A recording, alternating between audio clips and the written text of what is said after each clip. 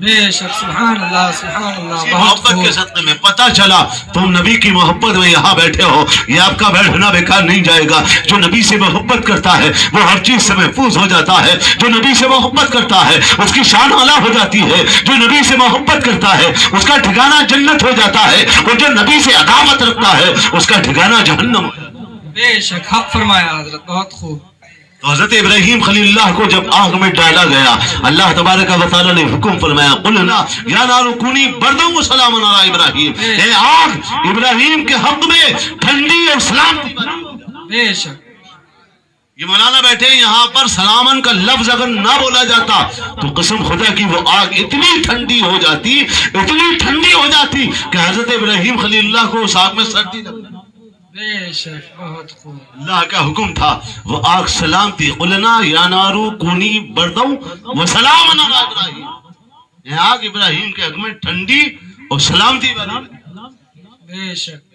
سلامتی والی بن جا۔ لہذا وہ آگ گلے گلزار بن گئی اور آپ 1 مہینے تک غالباً اس آگ کے اندر رہے، اور پھر اس آگ سے صحیح سالم لے کر کے جاتے ہیں۔ یہاں پر ایک بات اور آپ ملاحظہ فرما لیں، جب آپ کو آگ میں ڈالا جا رہا تھا تو آپ حضرت جبرائیل آئے تھے اور عرض کیا تھا اے اللہ کے نبی آپ حکم فرمائے میں وہاں تک جاتا ہوں، آپ جہاں تک کوئی نہیں جاتا، آپ اپنے رب سے ہی یہ میں اس بات کو مجھ تک کہہ رہے، میں آپ کا یہ پیغام رب تک پہنچا دیتا ہوں، کیونکہ میری رسائی وہاں تک ہے جہاں تک کہ کوئی نہیں جاتا۔ تو حضرت ابراہیم خلیل اللہ نے کہا تھا اے جبرائیل بتاؤ کہ میرے رب کو معلوم نہیں ہے کہ اس کا خلیل آگ میں ڈالا جا رہا ہے؟ اور تو کہا جبرائیل نے ہاں اللہ کے خلیل رب کو معلوم ہے کہ اس کا خلیل آگ میں ڈالا جا رہا ہے۔ تو آپ نے کہا تھا اے جبرائیل جب رب کی مرضی یہ ہے تو یہ خلیل بھی آگ میں کودنے کے لیے تیار ہے۔ بے شک سبحان اللہ بہت خوب۔ اللہ والوں کی شان یہ ہے۔